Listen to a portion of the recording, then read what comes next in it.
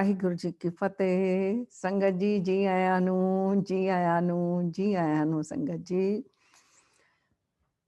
ਅੱਜ ਅਸੀਂ ਗੁਰੂ ਸਾਹਿਬ ਦੀ ਕਿਰਪਾ ਦੇ ਨਾਲ ਵਿਚਾਰਾਂ ਕਰਾਂਗੇ ਪ੍ਰੇਮ ਕਰਨ ਵਾਲੀਆਂ ਰੂਹਾਂ, ਕਿਉਂਕਿ ਗੁਰੂ ਗੋਬਿੰਦ ਸਿੰਘ ਜੀ ਮਹਾਰਾਜ ਦੇ ਵਚਨ ਨੇ, ਸਾਚ ਕਹੋ ਸੁਨ ਲਿਹੋ ਸਭੈ, ਜਿਨ ਪ੍ਰੇਮ ਕੀਓ ਤਿਨ ਹੀ ਪ੍ਰਭ ਪਾਇਓ। ਜੋ ਪਰਮਾਤਮਾ ਨੂੰ ਪਾਉਣ ਦਾ ਤਰੀਕਾ ਮਹਾਰਾਜ ਨੇ ਦੱਸਿਆ, ਪ੍ਰੇਮ। ਸ਼੍ਰੀ ਗੁਰੂ ਗ੍ਰੰਥ ਸਾਹਿਬ ਵਿੱਚ ਵੀ ਅਸੀਂ ਪੜ੍ਹਦੇ ਹਾਂ ਨਾ, ਪੰਥਾ ਪ੍ਰੇਮ ਨਾ ਜਾਣੀ, ਭੁੱਲੀ ਫਿਰੇ ਗਵਾਰ। ਹੈ ਜੀਵ ਆਤਮਾ, ਤੂੰ ਐਵੇਂ ਭੁੱਲੀ ਭਟਕਦੀ ਫਿਰਦੀ ਹੈ ਗਵਾਰ ਆਤਮਾ, ਤੂੰ ਪ੍ਰੇਮ ਦਾ ਮਾਰਗ ਨਹੀਂ ਜਾਣਦੀ। ਮਤਲਬ ਇਹ ਰਸਤਾ ਪ੍ਰੇਮ ਦਾ ਮਾਰਗ ਹੈ।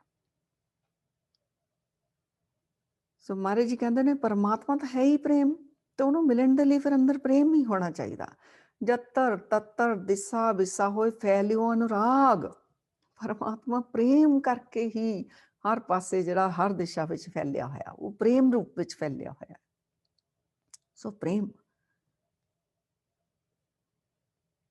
ਔਰ ਜਿਹੜੀਆਂ ਪ੍ਰੇਮ ਕਰਨ ਵਾਲੀਆਂ ਰੂਹਾਂ ਨਾ, ਪਰਮਾਤਮਾ ਨੂੰ ਮਿਲਣਾ ਚਾਹੁੰਦੀਆਂ ਨੇ, ਤੜਫਦੀਆਂ ਨੇ ਉਹਦੇ ਵਿਛੋੜੇ ਦੇ ਵਿੱਚ, ਉਹ ਫਿਰ ਇਹੋ ਜਿਹੇ ਉਹਨਾਂ ਦੇ ਪ੍ਰਾਣਾਂ ਵਿੱਚੋਂ ਆਵਾਜ਼ ਆਉਂਦੀ ਹੈ ਕਿ ਕੋਈ ਜਨ ਹਰਸਿਓ ਦੇਵੈ ਜੋਰ।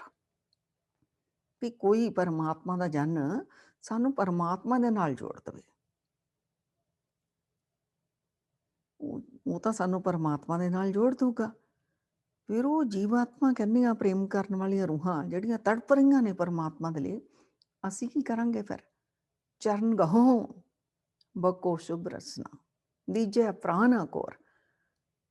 ਅਸੀਂ ਉਹਦੇ ਚਰਨਾਂ 'ਚ ਪੈ ਜਾਈਏ, ਚਰਨਾਂ 'ਚ ਸੀਸ ਨਿਵਾਈਏ, ਚਰਨਾਂ ਵਿੱਚ ਹੀ ਰਹੀਏ ਅਸੀਂ, ਕਿਉਂਕਿ ਇਹ ਸਾਨੂੰ ਪਰਮਾਤਮਾ ਨਾਲ ਜੋੜ ਰਿਹਾ। ਬਕੋ ਸ਼ੁਭ ਰਸਨਾ, ਆਪਣੀ ਜੀਭਾਂ ਤੋਂ ਸ਼ੁਭ ਸ਼ੁਭ ਬਚਨ ਬੋਲੀਏ, ਉਹਦੇ ਲਈ ਭਾਈ ਨੇ ਸਾਨੂੰ ਰੱਬ ਦੇ ਨਾਲ ਜੋੜਿਆ। ਦੀਜਾ ਪ੍ਰਾਨ ਕੋਰ, ਫਿਰ ਹੋਰ ਕੀ ਕਰੀਏ ਅਸੀਂ? ਆਪਣੀ ਜਿੰਦ ਹੀ ਵਾਰ ਕੇ ਰੱਖ ਦਈਏ ਉਹਦੇ ਤੋਂ। ਸੋ ਅੱਜ ਇਹੋ ਜਿਹੇ ਮਹਾਂਪੁਰਖ, ਇਹੋ ਜਿਹੇ ਪ੍ਰੇਮ ਕਰਨ ਵਾਲੀ ਇੱਕ ਬੜੀ ਹੀ ਪਿਆਰੀ ਰੂਹ ਪੀਰ ਬੁੱਧੂ ਸ਼ਾਹ, ਉਹਨਾਂ ਦਾ ਜੀਵਨ ਦੇਖਾਂਗੇ ਕਿ ਕਿਤਨੇ ਪ੍ਰੇਮ ਦੇ ਨਾਲ ਭਰੇ ਹੋਏ ਸਨ। ਔਰ ਉਹ ਜੋ ਬਾਣੀ ਦੀਆਂ ਪੰਕਤੀਆਂ ਨੇ ਕਿ ਕੋਈ ਜਨ ਹਰਸਿਓ ਦੇਵੈ ਜੋਰ, ਕੋਈ ਸਾਨੂੰ ਪਰਮਾਤਮਾ ਨਾਲ ਜੋੜੇ ਤਾਂ ਸਹੀ, ਫਿਰ ਅਸੀਂ ਕੀ ਕਰੀਏ? ਚਰਨ ਗਹੋ ਬਕੋ ਸ਼ੁਭ ਰਸਨਾ, ਦੀਜੇ ਪ੍ਰਾਨ ਕੋਰ। ਤੇ ਇਹ ਪੀਰ ਜੀ, ਇਹਨਾਂ ਦਾ ਜੀਵਨ ਦੇ ਦਰਸ਼ਨ ਵਿੱਚੋਂ ਸੰਗਤ ਜੀ ਸਾਨੂੰ ਇੱਕ ਅਲੌਕਿਕ ਨਜ਼ਾਰੇ ਆਉਣਗੇ। ਔਰ ਗੁਰੂ ਨਾਨਕ ਸੱਚੇ ਪਾਤਸ਼ਾਹ ਜੀ ਦੇ ਘਰ ਦੀ ਵਡਿਆਈ, ਗੁਰੂ ਮਹਾਰਾਜ ਜੀ ਕਿਸੇ ਇੱਕ ਧਰਮ ਦੇ ਨਹੀਂ, ਸਰਬੱਤ ਸਾਰੇ ਸੰਸਾਰ ਦੇ ਲਈ ਨੇ। ਜੁਗ ਜੁਗ ਅਟਲ ਵੀ ਅਸੀਂ ਕਹਿੰਦੇ ਨਾ, ਜੁਗ ਜੁਗ ਅਟਲ ਸਾਹਿਬ ਧੰਨ ਧੰਨ ਸ਼੍ਰੀ ਗੁਰੂ ਗ੍ਰੰਥ ਸਾਹਿਬ ਜੀ ਮਹਾਰਾਜ, ਸਾਰੇ ਜਗਤ ਦੇ ਗੁਰੂ ਨੇ। ਗੁਰੂ ਨਾਨਕ ਸੱਚੇ ਪਾਤਸ਼ਾਹ ਜੀ ਜਾਹਰ ਪੀਰ ਜਗਤ ਗੁਰ ਬਾਬਾ, ਪੂਰੇ ਜਗਤ ਦੇ ਗੁਰੂ ਨੇ। ਤੇ ਗੁਰੂ ਮਹਾਰਾਜ ਜੀ ਨੂੰ ਹਿੰਦੂਆਂ ਨੇ, ਮੁਸਲਮਾਨਾਂ ਨੇ, ਸਭ ਨੇ ਬੜਾ ਪ੍ਰੇਮ ਕੀਤਾ। ਜਿਹੜੇ ਸੱਚ ਦੇ ਆਸ਼ਿਕ ਨੇ, ਉਹਨਾਂ ਨੂੰ ਪਤਾ ਹੈ ਸੱਚਾ ਸੌਦਾ ਕਿੱਥੇ ਹੈ। ਉਹ ਗੁਰੂ ਨਾਨਕ ਸੱਚੇ ਪਾਤਸ਼ਾਹ ਨੂੰ ਬਹੁਤ ਪ੍ਰੇਮ ਕੀਤਾ। ਸੋ ਇਹ ਗੁਰੂ ਨਾਨਕ ਸੱਚੇ ਪਾਤਸ਼ਾਹ ਤੋਂ ਹੀ ਸਿਲਸਿਲਾ ਚੱਲਦਾ ਆ ਰਿਹਾ ਹੈ ਕਿ ਵੱਡੇ ਵੱਡੇ ਕਹਿੰਦੇ ਕਹਾਂਦੇ ਪੀਰ, ਫਕੀਰ, ਕਾਜ਼ੀ, ਮੌਲਵੀ ਗੁਰੂ ਨਾਨਕ ਸੱਚੇ ਪਾਤਸ਼ਾਹ ਜੀ ਦੇ ਮੁਰੀਦ ਬਣੇ, ਰਹੇ ਆਪਣੇ ਧਰਮ ਵਿੱਚ ਹੀ। ਇਹ ਨਹੀਂ ਕਿ ਉਹਨਾਂ ਨੇ ਇਸਲਾਮ ਛੱਡ ਦਿੱਤਾ, ਆਪਣੇ ਧਰਮ ਵਿੱਚ ਹੀ ਰਹੇ ਨੇ। ਲੇਕਿਨ ਗੁਰੂ ਨਾਨਕ ਸੱਚੇ ਪਾਤਸ਼ਾਹ ਦੀਆਂ ਸਿੱਖਿਆ ਤਾਂ ਇੱਕੋ ਹੀ ਹੁੰਦੀ ਪਰਮਾਤਮਾ ਨੂੰ ਮਿਲਣ ਦੀ, ਲੇਕਿਨ ਇਹ ਸਿੱਧੇ ਸਿੱਧੇ ਤਰੀਕੇ ਕਰਮ ਕਾਂਡਾਂ ਤੋਂ ਬਾਹਰ ਕੱਢ ਕੇ ਤਾਂ ਉਹ ਸਿੱਧਾ ਹੀ ਪਰਮਾਤਮਾ ਦੇ ਨਾਲ ਜੋੜਨ ਦੀਆਂ ਕੰਮ ਕਰਦੀਆਂ ਮਹਾਰਾਜ ਦੇ ਉਪਦੇਸ਼ ਤੋਂ। ਜਿਨ੍ਹਾਂ ਨੇ ਵੀ ਸੰਗਤ ਕੀਤੀ ਗੁਰੂ ਨਾਨਕ ਸੱਚੇ ਪਾਤਸ਼ਾਹ ਜੀ ਦੀ, 10 ਗੁਰੂ ਸਾਹਿਬਾਨ ਉਹ ਵੀ ਜੋਤ ਨੇ, ਤਾਂ ਉਹ ਕਾਇਲ ਹੋ ਗਏ ਗੁਰੂ ਮਹਾਰਾਜ ਦੇ, ਗੁਰੂ ਨਾਨਕ ਸੱਚੇ ਪਾਤਸ਼ਾਹ ਦੇ ਘਰ ਦੇ। ਅਗਰ ਇਹ ਸਿਲਸਿਲਾ ਲਈਏ ਤਾਂ ਜਦੋਂ ਗੁਰੂ ਨਾਨਕ ਸੱਚੇ ਪਾਤਸ਼ਾਹ ਜੀ ਮੱਕੇ ਗਏ ਨੇ, ਤਾਂ ਉੱਥੇ ਤਾਂ ਮੁਸਲਮਾਨਾਂ ਦਾ ਗੜ੍ਹ ਹੈ, ਔਰ ਇਸਲਾਮ ਧਰਮ ਨੂੰ ਮੰਨਣ ਵਾਲੇ ਕਹਿੰਦੀਆਂ ਕਾਂਦੀਆਂ ਰੂਹਾਂ ਉੱਥੇ ਰਹਿੰਦੀਆਂ ਨੇ। ਤੇ ਜਦੋਂ ਲੋਕ ਹੱਜ ਕਰਨ ਆਉਂਦੇ ਨੇ ਮੱਕੇ, ਤਾਂ ਗੁਰੂ ਨਾਨਕ ਸੱਚੇ ਪਾਤਸ਼ਾਹ ਜਦੋਂ ਉੱਥੇ ਗਏ ਨੇ, ਉੱਥੇ ਜਿਹੜਾ ਕਾਜੀ ਰੁਕਨਦੀਨ ਹੈ ਉੱਥੋਂ ਦਾ, ਤਾਂ ਉਹ ਗੁਰੂ ਨਾਨਕ ਸੱਚੇ ਪਾਤਸ਼ਾਹ ਦੇ ਨਾਲ ਬੜੇ ਸਵਾਲ ਕੀਤੇ। 160 ਲਿਖਦੇ ਨੇ ਇਤਿਹਾਸ ਵਿੱਚ ਆਉਂਦਾ ਕਿ 160 ਉਸਨੇ ਸਵਾਲ ਕੀਤੇ ਗੁਰੂ ਨਾਨਕ ਸੱਚੇ ਪਾਤਸ਼ਾਹ ਜੀ ਨੂੰ। ਸੋ ਐਵੇਂ ਨਹੀਂ ਇਹ ਮਰੀਦ ਬਣਦੇ, ਕਿਉਂਕਿ ਜਿਹੜੇ ਵੱਡੀਆਂ ਹਸਤੀਆਂ, ਮਤਲਬ ਕਮਾਈਆਂ ਵਾਲੀਆਂ ਜਿਹੜੀਆਂ ਹਸਤੀਆਂ ਹੁੰਦੀਆਂ ਨੇ, ਉਹ ਜਦੋਂ ਸੱਚ ਲਈ ਤੜਪ ਰਹੀਆਂ ਹੁੰਦੀਆਂ ਨੇ ਨਾ, ਮਾਰਗ ਲੱਭ ਰਹੀਆਂ ਹੁੰਦੀਆਂ, ਫਿਰ ਜਿਹੜਾ ਸਿੱਧਾ ਸੱਚ ਦੇ ਨਾਲ ਜੋੜ ਦਵੇ, ਫਿਰ ਮੁਰੀਦ ਬਣਦੇ ਨੇ। ਫਿਰ ਉਹ ਡੰਕੇ ਦੀ ਚੋਟ ਤੇ ਕਹਿੰਦੇ ਨੇ, ਹਾਂ ਸਾਨੂੰ ਗੁਰੂ ਨਾਨਕ ਨੇ ਖੁਦਾ ਦੇ ਨਾਲ ਮਿਲਾਇਆ। ਸੋ ਕਾਜੀ ਰੁਕਨਦੀਨ, ਇਹਨਾਂ ਨੇ ਵੀ ਗੁਰੂ ਨਾਨਕ ਸੱਚੇ ਪਾਤਸ਼ਾਹ ਨੂੰ 160 ਸਵਾਲ ਕੀਤੇ ਸਨ, ਔਰ ਬੜਾ ਇਹਨਾਂ ਦੀ ਮਾਨਤਾ ਸੀ ਵੀ ਉਹ ਬੜਾ ਰੌਲਾ ਪੈ ਗਿਆ ਸੀ ਮੱਕੇ ਦੇ ਵਿੱਚ ਵੀ ਕਾਜੀ ਰੁਕਨਦੀਨ ਗੁਰੂ ਨਾਨਕ ਸੱਚੇ ਪਾਤਸ਼ਾਹ ਦਾ ਮੁਰੀਦ ਬਣ ਗਿਆ। ਔਰ ਜਦੋਂ ਗੁਰੂ ਮਹਾਰਾਜ ਉੱਥੋਂ ਇਰਾਕ ਗਏ ਨੇ, ਤਾਂ ਫਿਰ ਆਪਣੀ ਇੱਕ ਖੜਾ, ਇਹ ਕੋਈ ਨਿਸ਼ਾਨੀ ਮੰਗ ਰਿਹਾ ਸੀ, ਜਾਣ ਨਹੀਂ ਸੀ ਦੇ ਰਿਹਾ ਕਾਜੀ ਰੁਕਨਦੀਨ, ਤੇ ਫਿਰ ਨਿਸ਼ਾਨੀ ਵੀ ਗੁਰੂ ਮਹਾਰਾਜ ਨੇ ਦਿੱਤੀ। ਜਿਹੜਾ ਭਾਈ ਗੁਰਦਾਸ ਨੇ ਜ਼ਿਕਰ ਕੀਤਾ ਵੀ ਜਿਹੜੀ ਆਪਣੀ ਮਹਾਰਾਜ ਨੇ ਇੱਕ ਖੜਾਬ ਦਿੱਤੀ ਸੀਗੀ, ਤੇ ਮੱਕੇ ਅੰਦਰ ਪੂਜ ਕਰਾਈ, ਆਪ ਜੀ ਸੁਣਦੇ ਹੋ। ਤੇ ਉੱਥੇ ਪੂਜਾ ਕੀਤੀ ਉਹਨਾਂ ਨੇ, ਪੂਜਾ ਮਤਲਬ ਉਹ ਪ੍ਰੇਮ ਕੀਤਾ ਉਹਨੇ ਗੁਰੂ ਮਹਾਰਾਜ ਦੇ ਖੜਾਮ ਨੂੰ, ਵੀ ਇਹ ਮਹਾਰਾਜ ਦੇ ਚਰਨਾਂ ਵਿੱਚ ਪੈਂਦੇ ਸਨ। ਸੋ ਕਾਜੀ ਰੁਕਨਦੀਨ ਦੇ ਅਨੇਕਾਂ ਹੀ ਸਵਾਲ ਸਨ ਸੰਗਤ ਜੀ। ਇੱਕ ਸਵਾਲ ਜਿਹੜਾ ਬੜਾ ਸੁੰਦਰ ਆ, ਸਾਡੇ ਸਾਰਿਆਂ ਦੇ ਕੰਮ ਆਵੇਗਾ। ਉਹਨਾਂ ਨੇ ਕਿਹਾ ਕਿ ਗੁਰੂ ਨਾਨਕ ਸੱਚੇ ਪਾਤਸ਼ਾਹ ਨੂੰ ਫਕੀਰੀ ਦਾ ਆਦਿ ਕੀ ਹੈ ਤੇ ਫਕੀਰੀ ਦਾ ਅੰਤ ਕੀ ਹੈ। ਮਤਲਬ ਬੰਦਗੀ ਕਰਨ ਵਾਲੇ ਦੀ ਕਿੱਥੋਂ ਸ਼ੁਰੂਆਤ ਹੋਵੇ ਤਾਂ ਕਿ ਉਹ ਕੰਪਲੀਟ ਹੋ ਜਾਵੇ, ਉਹ ਸੰਪੂਰਨ ਹੋ ਜਾਵੇ, ਉਹ ਖੁਦਾ ਵਿੱਚ ਭੇਦ ਹੋ ਜਾਵੇ, ਕੀ ਹੈ ਇਹਦਾ। ਤਾਂ ਗੁਰੂ ਨਾਨਕ ਸੱਚੇ ਪਾਤਸ਼ਾਹ ਨੇ ਫਾਰਸੀ ਵਿੱਚ ਕਾਜੀ ਰੁਕਨਦੀਨ ਨੂੰ ਜਿਹੜਾ ਇਹਦਾ ਜਵਾਬ ਦਿੱਤਾ ਸੀ, ਫਕੀਰੀ ਬਾਕਾ ਅਸਤ ਵਾ ਫਨਾਹ ਅਸਤ। ਸੋ ਫਕੀਰੀ ਦਾ ਜਿਹੜਾ ਆਦ ਸਟਾਰਟਿੰਗ ਆ, ਆਰੰਭਤਾ ਆ, ਇਹ ਹੈਗੀ ਆ ਪਰਮਾਤਮਾ ਦੇ ਗੁਣ ਗਾਣੇ। ਔਰ ਇਹਦਾ ਅੰਤ ਕੀ ਆ, ਗੁਣ ਗਾਉਂਦਿਆਂ ਗਾਉਂਦਿਆਂ ਗਾਉਂਦਿਆਂ ਗਾਉਂਦਿਆਂ ਆਪਣੇ ਹੀ ਅੰਦਰ ਇਹੋ ਜਿਹੇ ਉਹਦੇ ਗੁਣ, ਉਸ ਖੁਦਾ ਦੇ, ਉਸ ਪਰਮਾਤਮਾ ਦੇ, ਉਸ ਰੱਬ ਦੇ, ਪਰਮਾਤਮਾ ਦੇ ਇੰਨੇ ਕੁ ਜਾਗਰਤ ਹੋ ਜਾਣੇ ਕਿ ਜਿਹੜੀ ਮੈਂ ਆ, ਜਿਹੜੀਆਂ ਮੈਲਾਂ ਆ, ਇਹ ਸਾਰੀਆਂ ਜਿਹੜੀਆਂ ਫਨਾਹ ਹੋ ਜਾਂਦੀਆਂ ਨੇ, ਉਹਦਾ ਹੀ ਰੂਪ ਹੋ ਜਾਂਦੇ ਨੇ। ਸੋ ਆਦ ਉਹਦੇ ਗੁਣ ਗਾਣੇ, ਅੰਤ ਉਹਦੇ ਵਿੱਚ ਹੀ ਸਮਾ ਜਾਣਾ। ਇਹ ਗੁਰੂ ਨਾਨਕ ਸੱਚੇ ਪਾਤਸ਼ਾਹ ਦੀ ਘਰ ਦਾ ਜਿਹੜਾ ਇਹ ਫਿਲਾਸਫੀ ਹੈ ਪਰਮਾਤਮਾ ਨੂੰ ਮਿਲਣ ਦਾ, ਬੰਦਗੀ ਕਰਨ ਦਾ। ਇਹ ਕਿਹੜੇ ਤਰੀਕੇ ਨਾਲ ਬੰਦਗੀ ਕੀਤੀ ਜਾਵੇ, ਉਹਦੇ ਗੁਣ ਗਾਉਂਦਿਆਂ ਗਾਉਂਦਿਆਂ ਆਪਣੀਆਂ ਮੈਲਾਂ ਉਤਰਦੀਆਂ ਚਲੀਆਂ ਜਾਣ, ਰੱਬੀ ਗੁਣ ਜਾਗਰਤ ਹੋ ਜਾਣ, ਉਹਦਾ ਹੀ ਰੂਪ ਬਣ ਜਾਇਆ ਜਾਵੇ। ਕਿੰਨਾ ਸੌਖਾ ਔਰ ਸਿੱਧਾ ਸਿਧਾਂਤ ਹੈ ਸੰਗਤ ਜੀ, ਪਰ ਇਹੀ ਨਹੀਂ ਸਾਡੇ ਕੋਲ ਹੁੰਦਾ ਹੈ ਨਾ। ਗੁਣ ਜਿਹੜੇ ਨੇ ਦਿਲ ਦੀਆਂ ਗਹਿਰਾਈਆਂ ਤੋਂ ਗਾਣੇ ਨੇ। ਹੁਣ ਪੀਰ ਬੁੱਧੂ ਸ਼ਾਹ ਜੀ,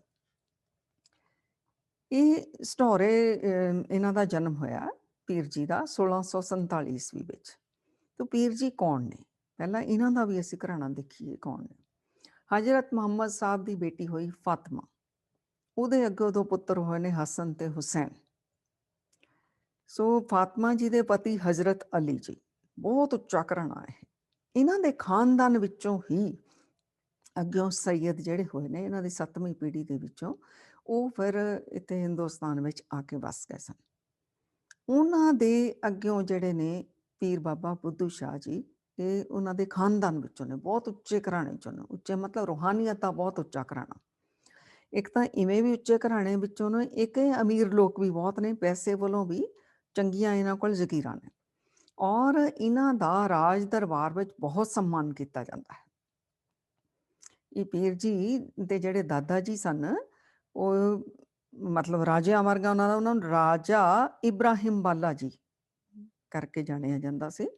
ਔਰ ਇਹਨਾਂ ਜਿਹੜਾ ਅਕਬਰ ਬਾਦਸ਼ਾਹ ਸੀ, ਉਹਨੇ ਇਹਨਾਂ ਨੂੰ ਬਹੁਤ ਸਾਰੀਆਂ ਜ਼ਗੀਰਾਂ ਦਿੱਤੀਆਂ ਸਨ। ਸੋ ਪੰਚਕੂਲੇ ਤੋਂ ਲੈ ਕੇ ਕਰਨਾਲ ਤੱਕ ਅਕਬਰ ਬਾਦਸ਼ਾਹ ਨੇ ਇਹਨਾਂ ਨੂੰ ਜ਼ਗੀਰਾਂ ਅਲਾਟ ਕੀਤੀਆਂ ਸਨ ਜਦੋਂ ਉਹ ਇੱਧਰ ਆਏ ਸਨ। ਸੋ ਬੜਾ ਇਹਨਾਂ ਦਾ ਰਾਜ ਘਰਾਣੇ ਦੇ ਨਾਲ, ਮਤਲਬ ਰਾਜੇ ਦੇ ਨਾਲ ਆਣੀ ਜਾਣੀ ਹੁੰਦੀ ਸੀ। ਜਦੋਂ ਜਾਂਦੇ ਸਨ ਤਾਂ ਰਾਜੇ ਬਾਦਸ਼ਾਹ ਜਿਹੜੇ ਨੇ ਉਹ ਉੱਠ ਕੇ ਇਹਨਾਂ ਨੂੰ ਨੰਗੇ ਪੈਰੀ ਇਹਨਾਂ ਨੂੰ ਵੈਲਕਮ ਕਰਨ ਲਈ ਜਾਇਆ ਕਰਦੇ ਸਨ। ਇਵੇਂ ਪੀਰ ਬੁੱਧੂ ਸ਼ਾਹ ਵੀ ਜਦੋਂ ਔਰੰਗਜ਼ੇਬ ਦੇ ਦਰਬਾਰ ਵਿੱਚ ਜਾਂਦੇ ਸਨ, ਔਰੰਗਜ਼ੇਬ ਨੂੰ ਸੁਨੇਹੇ ਪਹੁੰਚ ਜਾਂਦੇ ਸਨ ਪੀਰ ਜੀ ਆ ਰਹੇ ਨੇ, ਉਹ ਵੀ ਆਪਣਾ ਤਖਤ ਛੱਡ ਕੇ ਪੀਰ ਜੀ ਨੂੰ ਨੰਗੇ ਕਦਮ ਜਿਹੜਾ ਇਸਤਕਬਾਲ ਕਰਨ ਦੇ ਲਈ ਜਾਂਦਾ ਸੀ। ਆਪਣੇ ਬਹੁਤ ਉੱਚਾ ਸਿੰਘਾਸਨ ਲਗਾ ਕੇ ਪੀਰ ਜੀ ਨੂੰ ਉੱਥੇ ਸੁਸ਼ੋਭਿਤ ਕਰਦਾ ਸੀ। ਇੰਨਾ ਇਹਨਾਂ ਦਾ ਸਤਿਕਾਰ ਸੀ ਰਾਜ ਦਰਬਾਰ ਦੇ ਵਿੱਚ। ਸੋ ਇਹ ਜੋ ਪੀਰ ਜੀ ਸਨ, ਇਹਨਾਂ ਨੂੰ ਬੜੀ ਅੰਦਰ ਤੜਪ ਸੀ ਖੁਦਾ ਨੂੰ ਮਿਲਣ ਦੀ। ਅਕਸਰ ਇਹ ਪੀਰਾਂ ਫਕੀਰਾਂ ਕੋਲ ਜਾਇਆ ਕਰਦੇ ਸਨ, ਉਹ ਖੁਦਾ ਦੀ ਚਰਚਾ ਕਰਿਆ ਕਰਦੇ ਸਨ।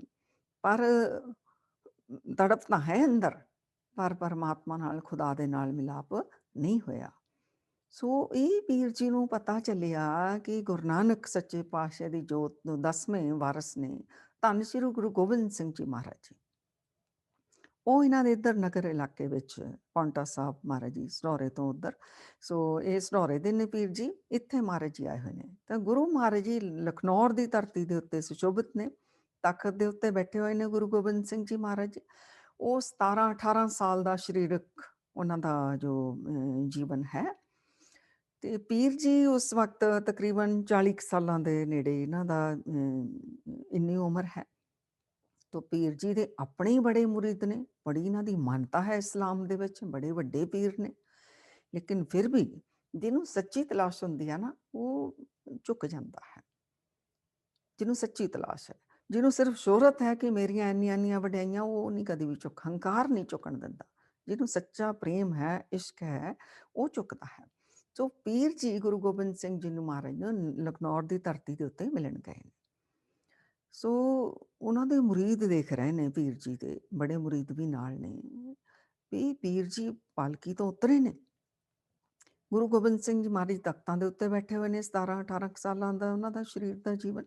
ਤੇ ਉਹ ਪੀਰ ਜੀ ਜਿਹੜੇ ਨੇ ਤਕਰੀਬਨ 40 ਸਾਲਾਂ ਦੇ ਪਾਲਕੀ ਚੋਂ ਉਤਰੇ ਨੇ, ਔਰ ਨੰਗੇ ਕਦਮ ਜੋੜਾ ਉਤਾਰ ਦਿੱਤਾ, ਨੰਗੇ ਕਦਮ ਗੁਰੂ ਗੋਬਿੰਦ ਸਿੰਘ ਜੀ ਮਹਾਰਾਜ ਜੀ ਵੱਲ ਨੂੰ ਵਧ ਰਹੇ ਨੇ। ਮੁਰੀਦ ਹੈਰਾਨ ਵੀ ਇਹ ਤਾਂ ਉਹ ਪੀਰ ਜੀ ਨੇ ਜਿਨ੍ਹਾਂ ਦਾ ਇਸਲਾਮ ਵਿੱਚ ਇਤਨਾ ਉੱਚਾ ਰੁਤਬਾ ਹੈ ਕਿ ਬਾਦਸ਼ਾਹ ਤੱਕ ਜਦੋਂ ਇਹ ਜਾਂਦੇ ਨੇ, ਉਹ ਨੰਗੇ ਕਦਮ ਇਹਨਾਂ ਦਾ ਇਸਤਕਬਾਲ ਕਰਨ ਦੇ ਲਈ ਆਉਂਦਾ ਹੈ, ਇਹਨਾਂ ਨੂੰ ਉੱਚੇ ਸਿੰਘਾਸਨ ਤੇ ਬਿਠਾਉਂਦਾ ਹੈ, ਇੰਨਾ ਸਤਿਕਾਰ ਹੈ ਇਹਨਾਂ ਦਾ।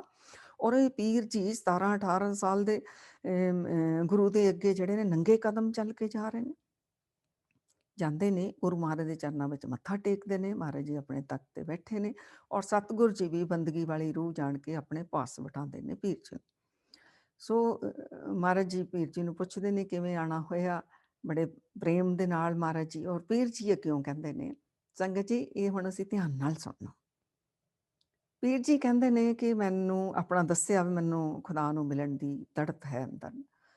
ਸੋ ਸੇਵਾ, ਸਿਮਰਨ, ਬੰਦਗੀ ਸਾਰਾ ਕੁਛ ਅਸੀਂ ਕਰ ਰਹੇ ਹਾਂ, ਕਿਉਂਕਿ ਡਾਕਟਰ ਕੋਲ ਪੇਸ਼ੈਂਟ ਆਪਣੀ ਸਾਰੀ ਗੱਲ ਦੱਸਦਾ ਨਾ, ਐਵੇਂ ਐਵੇਂ ਦਾ ਮੇਰਾ ਜੀਵਨ ਹੈ ਤੇ ਇੱਦਾਂ ਹੈ, ਸਾਰਾ ਦੱਸਿਆ, ਨੇਕ ਜੀਵਨ, ਸੇਵਾ, ਸਿਮਰਨ, ਬੰਦਗੀ ਸਭ ਕੁਛ ਕਰ ਰਹੇ ਹਾਂ। ਤੇ ਲੇਕਿਨ ਖੁਦਾ ਦੇ ਨਾਲ ਮਿਲਾਪ ਨਹੀਂ ਹੋਇਆ। ਤਾਂ ਕਹਿੰਦੇ ਤੁਹਾਡੀ ਸ਼ਰਨ ਵਿੱਚ ਤਾਂ ਆਏ ਹਾਂ ਵੀ ਖੁਦਾ ਦੇ ਨਾਲ ਮਿਲਾਪ ਕਿਵੇਂ ਹੋਵੇ, ਇਹ ਸਾਡਾ ਵੀ ਕੁਐਸਚਨ ਹੈ। ਗੁਰੂ ਗੋਬਿੰਦ ਸਿੰਘ ਜੀ ਮਹਾਰਾਜ ਨੇ ਕਿਹਾ, ਪੀਰ ਜੀ ਜਿਵੇਂ ਦਿਨ ਅਤੇ ਰਾਤ ਦਾ ਮਿਲਨ ਹੁੰਦਾ ਹੈ। ਪੀਰ ਜੀ ਨੇ ਫਿਰ ਅਗਲਾ ਸਵਾਲ ਕੀਤਾ ਕਿ ਗੁਰੂ ਮਹਾਰਾਜ ਜੀ, ਦਿਨ ਅਤੇ ਰਾਤ ਦਾ ਮਿਲਣ ਤਾਂ ਇਵੇਂ ਹੀ ਹੁੰਦਾ ਹੈ ਨਾ, ਵੀ ਇੱਕ ਨੂੰ ਖਤਮ ਹੋਣਾ ਪੈਂਦਾ। ਅਗਰ ਦਿਨ ਹੈ ਫਿਰ ਰਾਤ ਨਹੀਂ ਹੋਵੇਗੀ, ਅਗਰ ਰਾਤ ਹੈ ਫਿਰ ਦਿਨ ਨਹੀਂ ਹੋਵੇਗਾ। ਸੋ ਮੇਲ ਲਈ ਜ਼ਰੂਰੀ ਹੈ ਕਿ ਇੱਕ ਜਾਣੇ ਨੂੰ ਆਪਣਾ ਆਪ ਗਵਾਉਣਾ ਪੈਣਾ ਹੈ।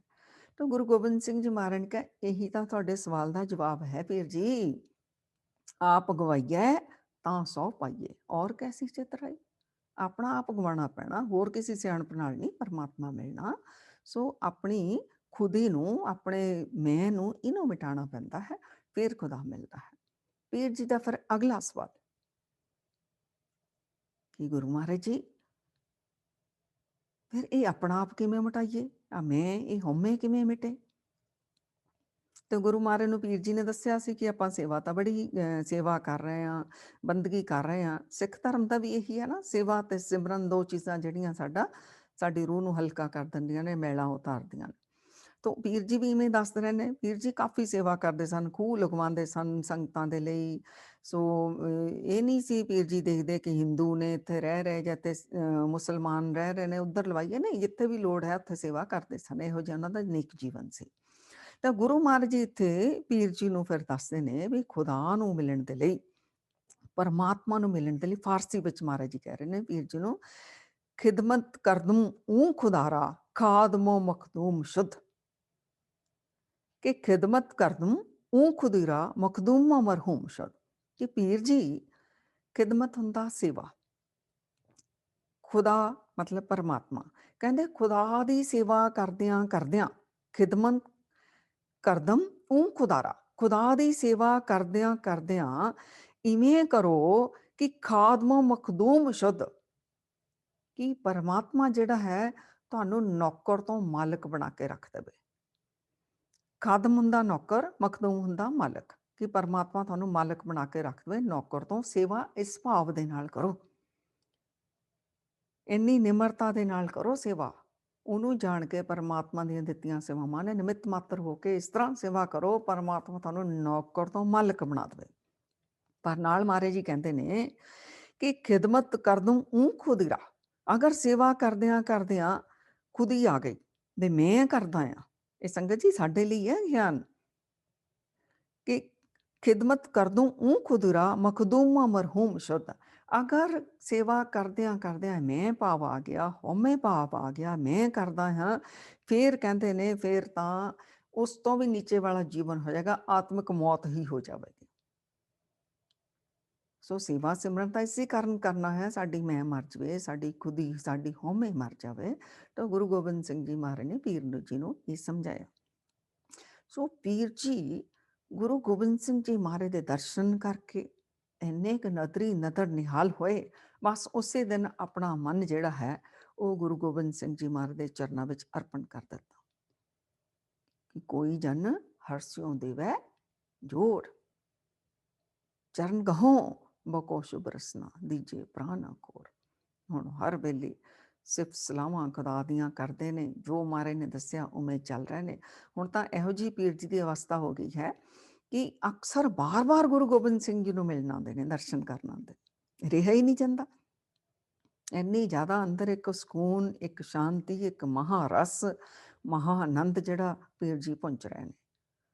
ਮਾਨੋ ਕਿ ਗੁਰੂ ਮਹਾਰਾਜ ਜੀ ਨੇ ਪੀਰ ਜੀ ਨੂੰ ਖੁਦਾ ਦੇ ਹੀ ਦਰਸ਼ਨ ਕਰਵਾ ਦਿੱਤੇ ਹੋਣ। ਸੋ ਕਰਾਈ ਹੋਣਗੇ ਸੰਗਤ ਜੀ, ਐਵੇਂ ਨਹੀਂ ਪੀਰ ਜੀ ਬਾਰ-ਬਾਰ ਗੁਰੂ ਮਹਾਰਾਜ ਦੇ ਦਰਸ਼ਨ ਕਰਨ ਆਉਂਦੇ ਨੇ। ਜਦੋਂ ਕਿ ਆਪਣੇ ਉਹਨਾਂ ਦੇ ਇੰਨੇ 700 ਮੁਰੀਦ ਤਾਂ ਉਹਨਾਂ ਦੇ ਹਰ ਵਕਤ ਆਸ-ਪਾਸ ਰਿਹਾ ਕਰਦੇ ਸਨ ਜਿੱਥੇ ਸਡੌਰਿਓ ਸਨ। ਬਾਕੀ ਤਾਂ ਅਨੇਕਾਂ ਹੀ ਸਨ ਉਹਨਾਂ ਦੇ ਪੈਰੋਕਾਰ, ਫੋਲੋਅਰਸ, ਜਿਹੜੇ ਉਹਨਾਂ ਨੂੰ ਦਰਸ਼ਨ ਕਰਨ ਆਉਂਦੇ ਸਨ, ਉਹਨਾਂ ਤੋਂ ਮਨ ਦੀਆਂ ਮੁਰਾਦਾਂ ਪਾ ਕੇ ਜਾਂਦੇ ਸਨ। ਲੇਕਿਨ 700 ਹਰ ਵਕਤ ਉੱਥੇ ਰਿਹਾ ਕਰਦੇ ਸਨ, ਇੰਨੇ ਇਹਨਾਂ ਦੀ ਮਾਨਤਾ ਸੀ ਪੀਰ ਜੀ ਦੀ। ਤੇ ਗੁਰੂ ਗੋਬਿੰਦ ਸਿੰਘ ਜੀ ਮਹਾਰਾਜ ਦਾ ਵੀ ਪੀਰ ਜੀ ਨਾਲ ਬਹੁਤ ਪ੍ਰੇਮ ਹੋ ਗਿਆ ਸੀ। ਮਹਾਰਾਜ ਜੀ ਵੀ ਅਕਸਰ ਸਡੌਰੇ ਚਲੇ ਜਾਇਆ ਕਰਦੇ ਸਨ ਪੀਰ ਜੀ ਦੇ ਨਾਲ ਮਿਲਣ ਦੇ ਲਈ, ਕਿਉਂਕਿ ਜਦੋਂ ਪ੍ਰੇਮੀ ਰੂਹਾਂ ਇਕੱਠੀਆਂ ਹੁੰਦੀਆਂ ਨੇ ਨਾ, ਫਿਰ ਉੱਥੇ ਇੱਕ ਖੁਦਾ, ਇੱਕ ਪਰਮਾਤਮਾ ਉਹੀ ਹੁੰਦਾ ਹੈ ਉੱਥੇ। ਸੋ ਬੜਾ ਆਪਸ ਵਿੱਚ ਪ੍ਰੇਮ ਪਿਆਰ ਜਿਹੜਾ ਹੈ ਚੱਲ ਰਿਹਾ ਹੈ। ਹੁਣ ਸੰਗਤ ਜੀ 1688 ਦੇ ਵਿੱਚ ਔਰੰਗਜ਼ੇਬ ਨੇ 500 ਸਿਪਾਹੀ ਜਿਹੜੇ ਨੇ ਉਹ ਕੱਢ ਦਿੱਤੇ ਸ਼ਾਹੀ ਫੌਜ ਦੇ ਵਿੱਚੋਂ। 5 ਜਰਨੈਲ ਨੇ, 100 ਉਹਨਾਂ ਦੇ ਅੱਗੇੋਂ ਜਿਹੜੇ ਸਿਪਾਹੀ ਨੇ, ਇਹਨਾਂ ਨੂੰ ਕੱਢ ਦਿੱਤਾ ਗਿਆ ਔਰ ਸ਼ਾਹੀ ਫੁਰਮਾਨ ਕਰ ਦਿੱਤਾ ਗਿਆ ਕੋਈ ਵੀ ਇਹਨਾਂ ਨੂੰ ਆਪਣੇ ਪਾਸ ਕੋਈ ਜੌਬ, ਕੋਈ ਨੌਕਰੀ ਤੇ ਨਾ ਰੱਖੇ। ਸੋ ਉਹਨਾਂ ਦਾ ਬੜਾ ਬੁਰਾ ਹਾਲ ਹੋ ਗਿਆ। 5 ਜਰਨੈਲ ਤੇ 500 ਨਾਲ ਜਿਹੜੇ ਸਿਪਾਹੀ ਨੇ। ਲੋਕ ਇਹਨਾਂ ਨੂੰ ਬੁਲਾਉਂਦੇ ਵੀ ਨਹੀਂ, ਕਿਉਂਕਿ ਔਰੰਗਜ਼ੇਬ ਬੜਾ ਡੱਡਾ ਹੈ, ਸ਼ਾਹੀ ਫਰਮਾਨ ਹੋਇਆ ਹੈ, ਕਿਤੇ ਇਹਨਾਂ ਨੂੰ ਕੋਈ ਜੌਬ ਨਹੀਂ ਮਿਲ ਰਹੀ, ਕੋਈ ਹੁਣ ਇਹਨਾਂ ਦਾ ਇਨਕਮ ਦਾ ਸੋਰਸ ਨਹੀਂ। ਤੋ ਪਰਿਵਾਰ ਭੁੱਖੇ ਮਰਨ ਲੱਗ ਗਏ, ਬੱਚੇ ਇਹਨਾਂ ਦੇ ਭੁੱਖ ਦੇ ਨਾਲ ਤੜਪਣ ਲੱਗ ਗਿਆ। ਫਿਰ ਇਹ ਪੀਰ ਬੁੱਧੂ ਜੀ, ਪੀਰ ਬੁੱਧੂ ਸ਼ਾਹ ਜੀ ਦੇ ਪਾਸ ਜਾਂਦੇ ਨੇ, ਪੀਰ ਜੀ ਦੇ ਪਾਸ, ਤੇ ਜਾ ਕੇ ਬੇਨਤੀ ਕਰਦੇ ਨੇ ਕਿ ਪੀਰ ਜੀ ਸਾਡੇ ਤਾਂ ਬੱਚੇ ਭੁੱਖੇ ਮਰਨ ਲੱਗ ਗਏ, ਸਾਨੂੰ ਕੋਈ ਮੂੰਹ ਵੀ ਨਹੀਂ ਲਾਉਂਦਾ, ਸਾਨੂੰ ਕਿਤੇ ਜੌਬ ਵੀ ਨਹੀਂ ਮਿਲ ਰਹੀ, ਤੇ ਤੁਸੀਂ ਸਾਡਾ ਕੋਈ ਪ੍ਰਬੰਧ ਕਰੋ। ਸੋ ਪੀਰ ਜੀ ਇਹਨਾਂ ਨੂੰ ਲੈ ਕੇ 5 ਜਰਨੈਲਾਂ ਨੂੰ, 500 ਸਿਪਾਹੀਆਂ ਨੂੰ ਲੈ ਕੇ ਗੁਰੂ ਗੋਬਿੰਦ ਸਿੰਘ ਜੀ ਮਹਾਰਾਜ ਦੇ ਚਰਨਾਂ ਵਿੱਚ ਪਹੁੰਚਦੇ ਨੇ। ਦੱਸਦੇ ਰਹੇ ਨੇ ਮਹਾਰਾਜ ਜੀ ਇਹਨਾਂ ਨੂੰ ਕੋਈ ਮੂੰਹ ਨਹੀਂ ਲਾ ਰਿਹਾ, ਇਹ ਭੁੱਖੇ ਮਰ ਰਹੇ ਨੇ, ਇਹਦੇ ਨਿੱਕੇ ਨਿੱਕੇ ਬੱਚੇ ਨੇ ਉਹ ਤੜਪ ਰਹੇ ਨੇ। ਸੋ ਉਹਨਾਂ ਦੇ ਸਰੀਰ ਵੀ ਸੁੱਕ ਗਏ ਸਨ, ਖਾਣ ਪੀਣ ਨੂੰ ਵੀ ਹੁਣ ਕੁਝ ਕੋਲ ਨਹੀਂ ਸੀ। ਤੋ ਪੀਰ ਜੀ ਨੇ ਬੇਨਤੀ ਕੀਤੀ ਕਿ ਮਹਾਰਾਜ ਜੀ ਤੁਸੀਂ ਇਹਨਾਂ ਨੂੰ ਫੌਜ ਵਿੱਚ ਆਪਣੇ ਭਰਤੀ ਕਰ ਲਓ।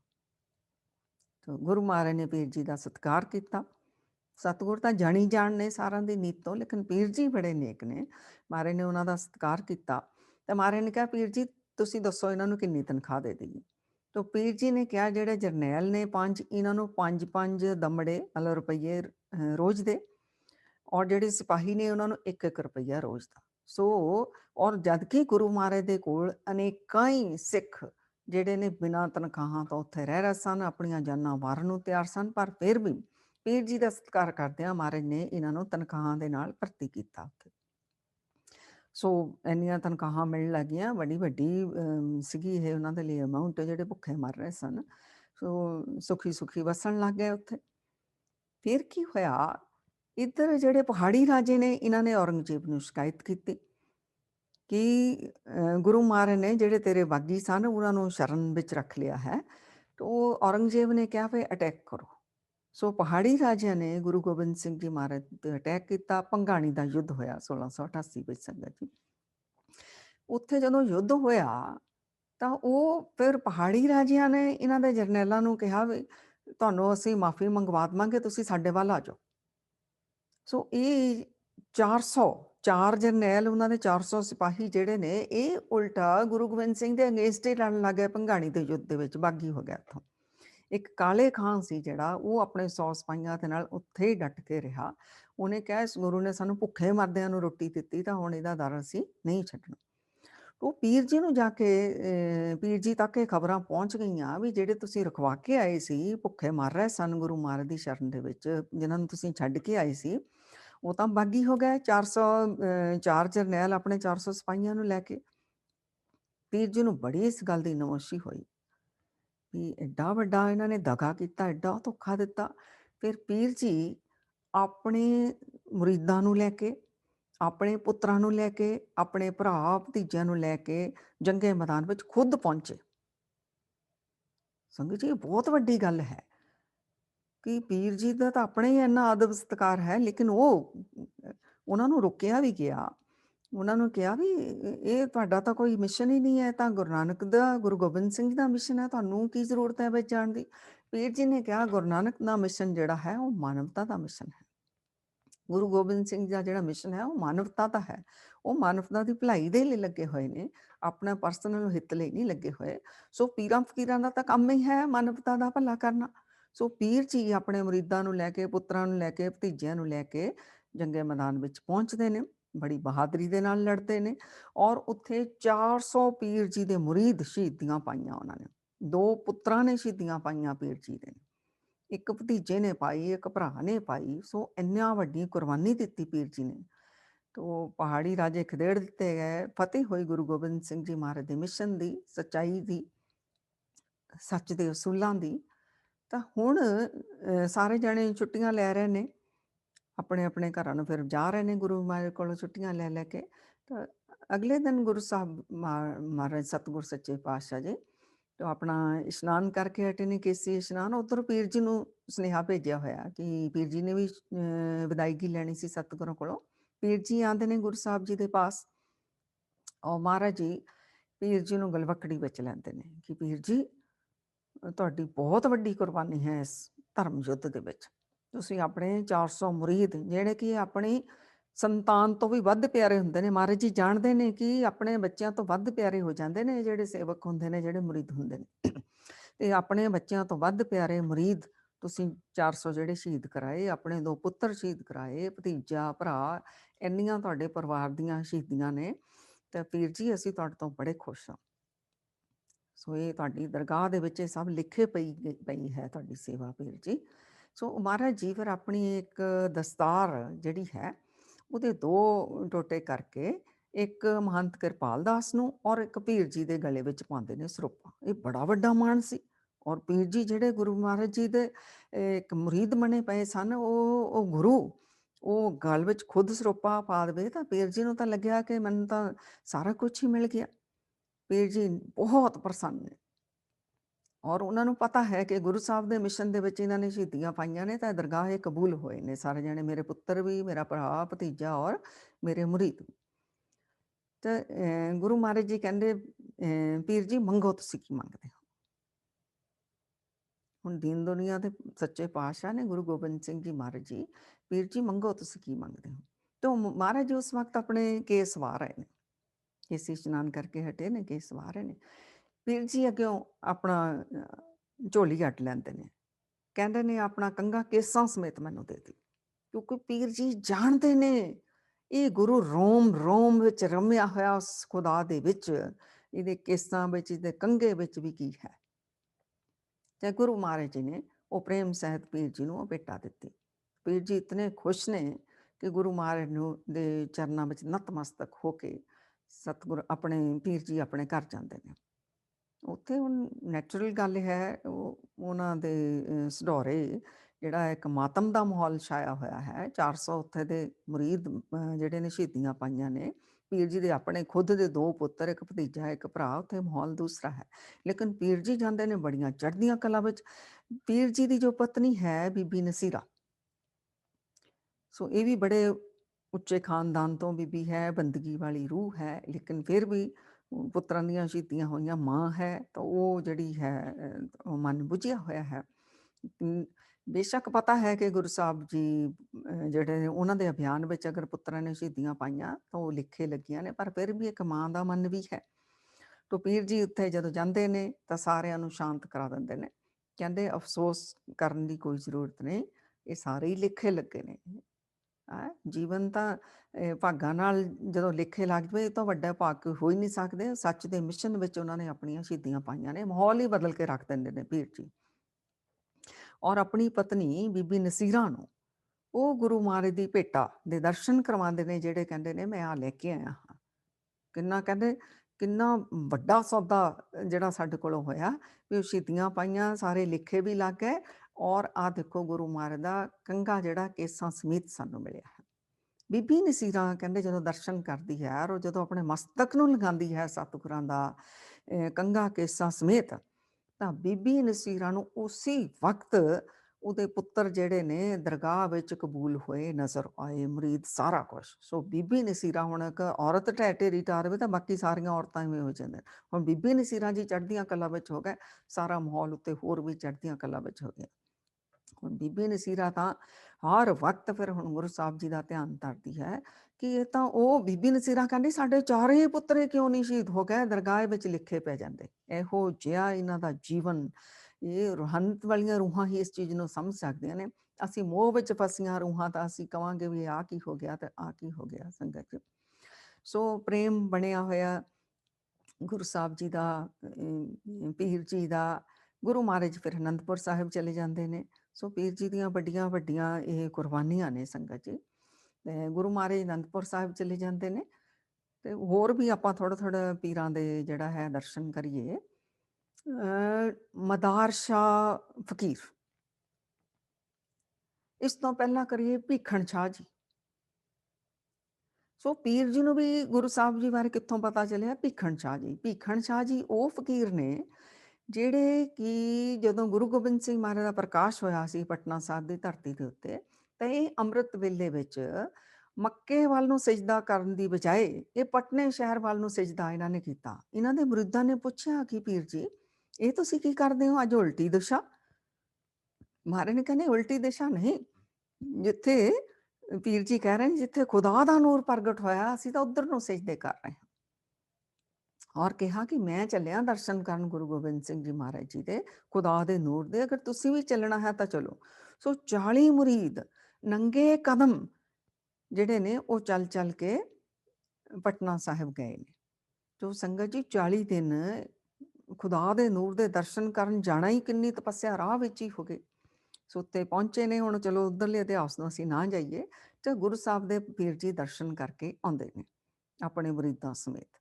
ਇੰਨੇ ਵਜਦ ਵਿੱਚ ਨੇ, ਇੰਨੇ ਆਨੰਦ ਵਿੱਚ ਨੇ। ਫਿਰ ਜਦੋਂ ਆਪਣੇ ਵਾਪਸ ਆਉਂਦੇ ਨੇ ਤਾਂ ਇਹ ਜਿਹੜੇ ਪੀਰ ਜੀ ਨੇ ਇਹਨਾਂ ਨੂੰ ਫਿਰ ਪੀਰ ਬੁੱਧੂ ਸ਼ਾਹ ਦੇ ਨਾਲ ਵੀ ਮਿਲਣੀ ਹੁੰਦੀ ਹੈ, ਔਰ ਪੀਰ ਮਦਾਰ ਸ਼ਾਹ ਫਕੀਰ ਹੈ ਉਹਦੇ ਨਾਲ ਵੀ ਮਿਲਣੀ ਹੁੰਦੀ ਹੈ। ਤਾਂ ਉਹ ਫਿਰ ਦੇਖਦੇ ਨੇ ਕਿ ਇਹ ਸਾਕਸ਼ਾਤ ਸਾਕਾਰ ਰੂਪ ਵਿੱਚ ਗੁਰੂ ਸਾਹਿਬ ਜੀ ਦੇ ਦਰਸ਼ਨ ਕੀਤੇ ਨੇ।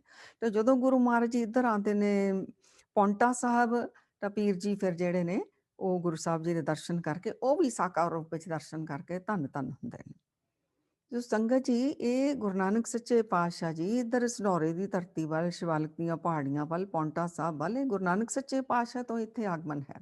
ਇੱਥੇ ਪਹਿਲਾਂ ਗੁਰੂ ਨਾਨਕ ਸੱਚੇ ਪਾਤਸ਼ਾਹ ਜੀ ਆਏ ਨੇ, ਔਰ ਇਹਨਾਂ ਦੇ ਵੱਡੇ ਵਡੇਰੇ ਜਿਹੜੇ ਨੇ ਉਹ ਗੁਰੂ ਨਾਨਕ ਸੱਚੇ ਪਾਤਸ਼ਾਹ ਜੀ ਕੋਲੋਂ ਇਲਾਹੀ ਉਪਦੇਸ਼ ਲੈਂਦੇ ਰਹੇ ਨੇ। ਉਸ ਤੋਂ ਬਾਅਦ ਫਿਰ ਛੇਵੇਂ ਪਾਤਸ਼ਾਹੀ ਉਹ ਕਾਫੀ ਸਮਾਂ ਇੱਧਰ ਆਉਂਦੇ ਰਹੇ ਨੇ। ਔਰ ਜਿਹੜੇ ਇਹਨਾਂ ਦੇ ਦਾਦਾ ਜੀ ਸਨ ਨਾ, ਰਾਜਾ ਇਬਰਾਹਿਮ ਬਾਲਾ ਜੀ, ਉਹ ਛੇਵੇਂ ਪਾਤਸ਼ਾਹ ਦੇ ਪਰਮ ਮਿੱਤਰਾਂ ਵਿੱਚੋਂ ਸਨ। ਉਹ ਵੀ ਬੜੀ ਬੰਦਗੀ ਵਾਲੀ ਰੂਹ ਸੀਗੀ। तो गुरु महाराज वो भी मुरीद सन, रहे अपने धर्म ਵਿੱਚ ਰਹੇ ਸਨ, ਲੇਕਿਨ ਮਹਾਰਾਜ ਜੀ ਦੇ ਦਿਲੋਂ ਮੁਰੀਦ ਸਨ ਔਰ ਬੜੀ ਸੇਵਾ ਸਹਿਯੋਗ, ਇੰਨਾ ਭੇਟਾ ਮਹਾਰਾਜ ਦੇ ਚਰਨਾਂ ਵਿੱਚ ਅਰਪਣ ਕਰਦੇ ਸਨ ਆਪਣਾ ਇਸ਼ਟ ਜਾਣ ਕੇ। ਸੋ ਇਹ ਉਦੋਂ ਤੋਂ ਸਿਲਸਿਲਾ ਚੱਲ ਰਿਹਾ। ਸੱਤਵੇਂ ਪਾਤਸ਼ਾਹ ਧੰਨ ਧੰਨ ਸ਼੍ਰੀ ਗੁਰੂ ਹਰਿਰਾਏ ਸਾਹਿਬ ਜੀ, ਉਹ ਤਕਰੀਬਨ 13 ਸਾਲ ਰਹੇ ਨੇ ਇਸ ਧਰਤੀ ਦੇ ਉੱਤੇ ਸੰਗਤ ਜੀ। 1645 ਤੋਂ ਲੈ ਕੇ 1658 ਤੱਕ ਇਸ ਏਰੀਏ ਦੇ ਵਿੱਚ। ਤੋਂ ਇੱਥੇ ਬੜੀਆਂ ਸੰਗਤਾਂ ਜਿਹੜੀਆਂ ਨੇ ਪ੍ਰੇਮੀ ਨੇ ਗੁਰੂ ਸਾਹਿਬ ਦੀਆਂ। 8ਵੇਂ ਪਾਤਸ਼ਾਹ ਦਾ ਪ੍ਰਕਾਸ਼ ਹੀ ਇਸ ਧਰਤੀ ਦੇ ਉੱਤੇ ਹੋਇਆ। 9ਵੇਂ ਪਾਤਸ਼ਾਹ ਇੱਥੇ ਆਏ ਨੇ। 10ਮ ਪਾਤਸ਼ਾਹ ਗੁਰੂ ਗੋਬਿੰਦ ਸਿੰਘ ਜੀ ਮਹਾਰਾਜ ਜੀ 4 ਸਾਲ ਇਸ ਏਰੀਏ, ਇਸ ਨਗਰ ਵਿੱਚ ਰਹੇ ਨੇ। ਹੁਣ ਗੁਰੂ ਮਹਾਰਾਜ ਜੀ ਅਨੰਦਪੁਰ ਸਾਹਿਬ ਚਲੇ ਗਏ ਨੇ।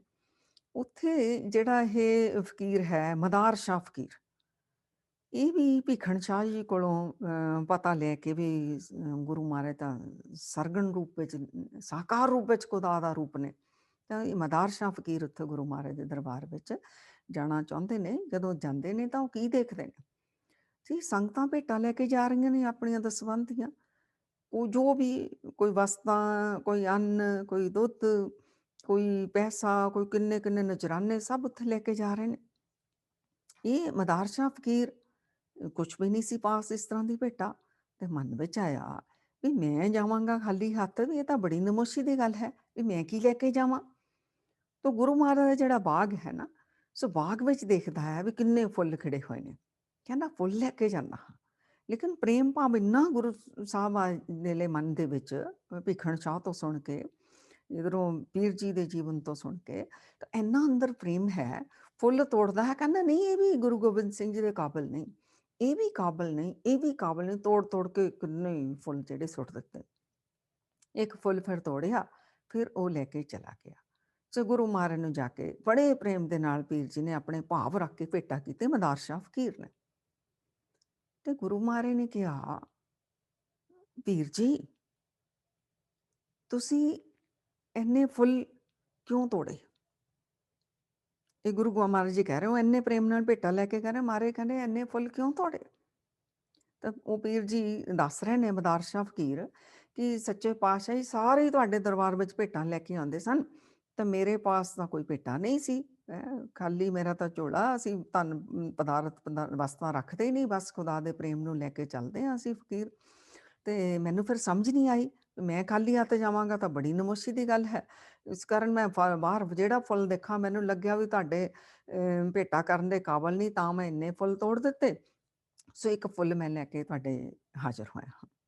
ਮਹਾਰਾਜ ਜੀ ਨਾ ਪ੍ਰੇਮ ਪੀਰ ਜੀ ਨੂੰ ਬੜੇ ਪ੍ਰੇਮ ਦੇ ਨਾਲ ਗਲਵੱਕੜੀ ਵਿੱਚ ਲੈਂਦੇ ਨੇ ਔਰ ਕਹਿੰਦੇ ਨੇ, ਪੀਰ ਜੀ ਗੁਰੂ ਨੂੰ ਕੋਈ ਨਜ਼ਰਾਨੇ ਭੇਟਾ ਦੀ ਲੋੜ ਨਹੀਂ, ਬਸ ਸਿਰਫ ਹਿਰਦੇ ਵਿੱਚ ਪ੍ਰੇਮ ਲੈ ਕੇ ਆਓ, ਇਸ ਤੋਂ ਵੱਡਾ ਹੋਰ ਕੋਈ ਵੀ ਨਜ਼ਰਾਨਾ ਭੇਟਾ ਨਹੀਂ। ਨਾਲ ਮਹਾਰਾਜ ਨੇ ਦੱਸਿਆ, ਇਹ ਸੰਗਤਾਂ ਜਿਹੜੀਆਂ ਆਪਣੀਆਂ ਭੇਟਾਂ ਕਰਕੇ ਆਪਣਾ ਕਲਿਆਣ ਕਰਵਾ ਰਹੀਆਂ ਨੇ। ਸੋ ਇਹ ਇਹਨਾਂ ਦੇ ਚੰਗੇ ਅਰਥ ਵਿੱਚ ਇਹਨਾਂ ਦੀਆਂ ਕਿਰਤ ਕਮਾਈਆਂ ਜਿਹੜੀਆਂ ਵਰਤੀਆਂ ਜਾਣੀਆਂ ਨੇ। ਸੋ ਇਹਨਾਂ ਦਾ ਰੂਹਾਂ ਦਾ ਕਲਿਆਣ ਹੋ ਰਿਹਾ ਹੈ। ਸੋ ਤੁਹਾਡੇ ਵਰਗੇ ਪੀਰ ਫਕੀਰ ਤਾਂ ਬਸ ਪ੍ਰੇਮ ਭੇਟਾ ਹੀ ਲੈ ਕੇ ਆਓ। ਸਾਰੇ ਮਾਰੇ ਕਹਿੰਦੇ ਪ੍ਰੇਮ ਭੇਟਾ ਲੈ ਕੇ ਆਓ, ਉਹ ਗੁਰੂ ਨੂੰ ਮਨਜ਼ੂਰ ਹੈ। ਸੋ ਪੀਰ ਜੀ ਗੁਰੂ ਮਹਾਰਾਜ ਜਦੋਂ ਗਲਵੱਕੜੀ ਦੇ ਵਿੱਚ ਲੈ ਲਿਆ, ਉਹ ਪੀਰ ਜੀ ਨੂੰ ਸਾਕਾਰ ਰੂਪ ਵਿੱਚ ਖੁਦਾ ਦੇ ਦਰਸ਼ਨ ਗੁਰੂ ਗੋਬਿੰਦ ਸਿੰਘ ਜੀ ਮਹਾਰਾਜ ਦੇ ਵਿੱਚ ਹੋਏ। ਮਦਾਰ ਸ਼ਾਹ ਫਕੀਰ ਇਹ ਜਦੋਂ ਹੁਣ ਖੁਸ਼ੀਆਂ ਲੈ ਕੇ ਵਾਪਸ ਜਾ ਰਿਹਾ ਨਾ, ਬਾਹਰ ਹੁਣ ਦੇਖਿਓ ਫੁੱਲ ਜਿਹੜੇ ਨੇ ਗਿਰੇ ਹੋਏ ਨੇ। ਤੋ ਸੰਗਤ ਜੀ ਗੁਰੂ ਗੋਬਿੰਦ ਸਿੰਘ ਜੀ ਕਿਹੋ ਜਿਹੇ ਨੇ? ਸਤਿਗੁਰ ਸੱਚੇ ਪਾਤਸ਼ਾਹ 4 ਸਾਹਿਬਜ਼ਾਦੇ ਸ਼ਹੀਦ ਹੋ ਗਏ, ਅਫਸੋਸ ਨਹੀਂ ਕੀਤਾ, ਲੇਕਿਨ ਭੇਟਾ ਦੇਣ ਲਈ ਅਗਰ ਉਹ ਫੁੱਲ ਕੀਤੇ ਜਾ ਰਹੇ ਨੇ, ਤਾਂ ਮਹਾਰਾਜ ਜੀ ਨੇ ਪੀਰ ਜੀ ਨੂੰ ਕਿਹਾ, ਨਹੀਂ ਇਹ ਨਹੀਂ ਸੀ ਤੁਸੀਂ ਕਰਨਾ।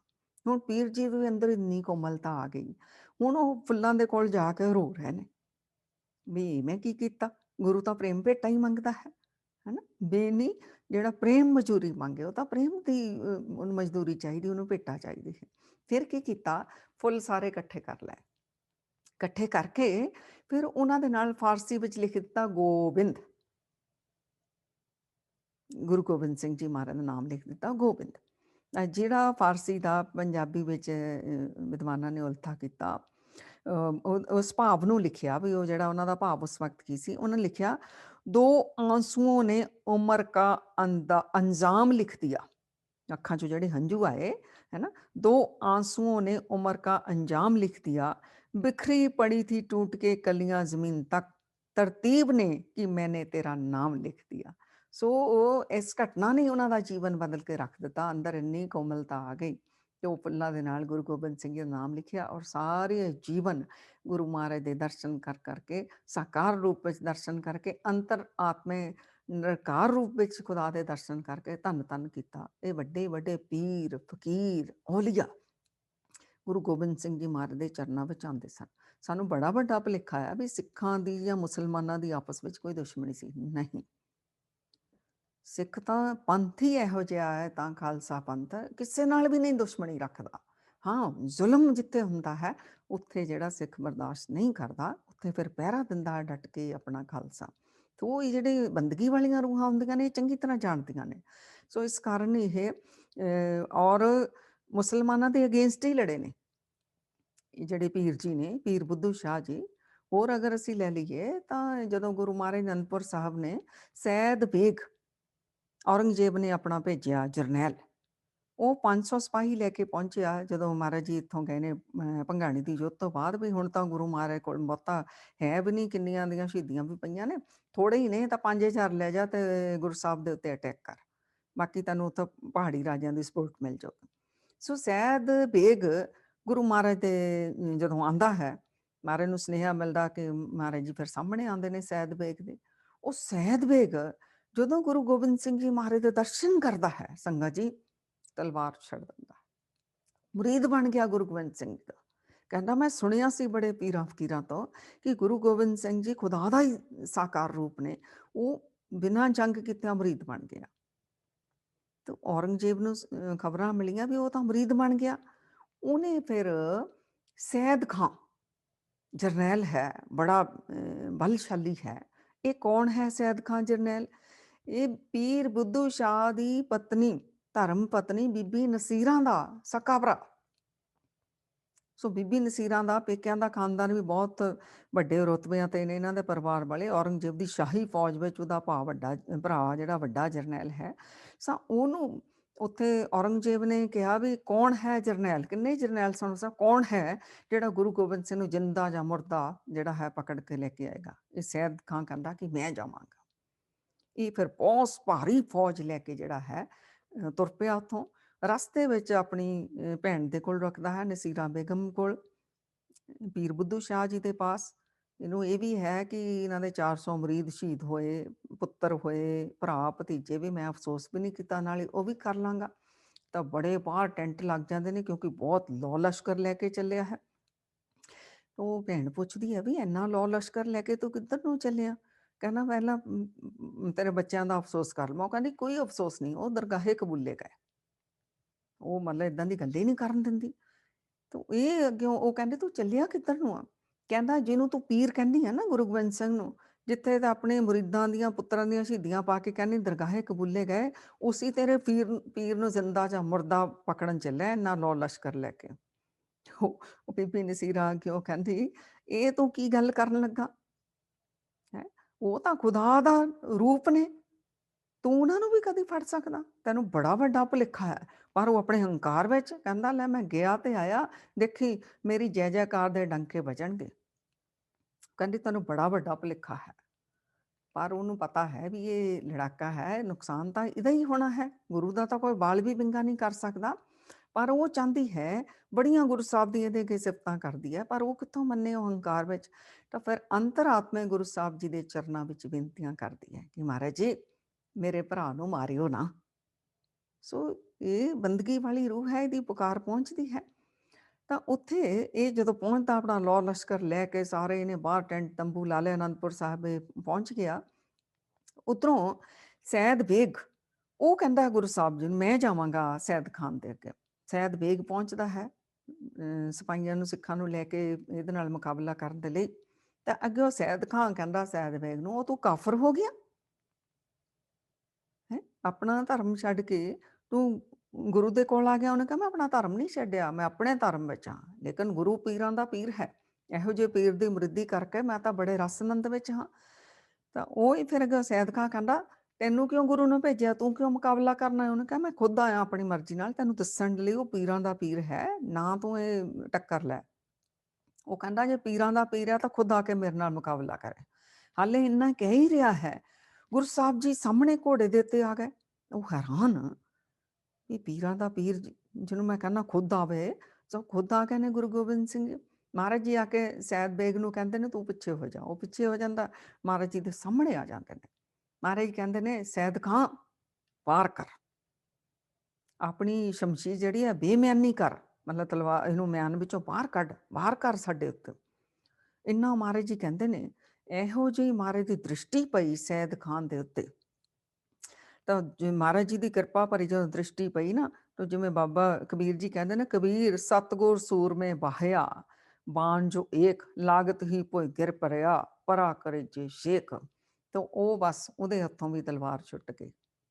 ਉਹ ਫਿਰ ਕਹਿਣ ਲੱਗ ਗਿਆ ਖੁਦਾਇਦ ਖੁਦਾਇਦ ਖੁਦਾਇਦ, ਆਪਣੇ ਸਿਪਾਹੀਆਂ ਨੂੰ ਕਹਿਣ ਲੱਗ ਗਿਆ। ਉਹ ਕਹਿੰਦਾ ਤਾਂ ਖੁਦਾ ਆ ਗਿਆ, ਖੁਦਾ ਆ ਗਿਆ, ਖੁਦਾ ਆ ਗਿਆ। ਮਹਾਰਾਜ ਦੇ ਚਰਨਾਂ ਵਿੱਚ ਪੈ ਗਿਆ।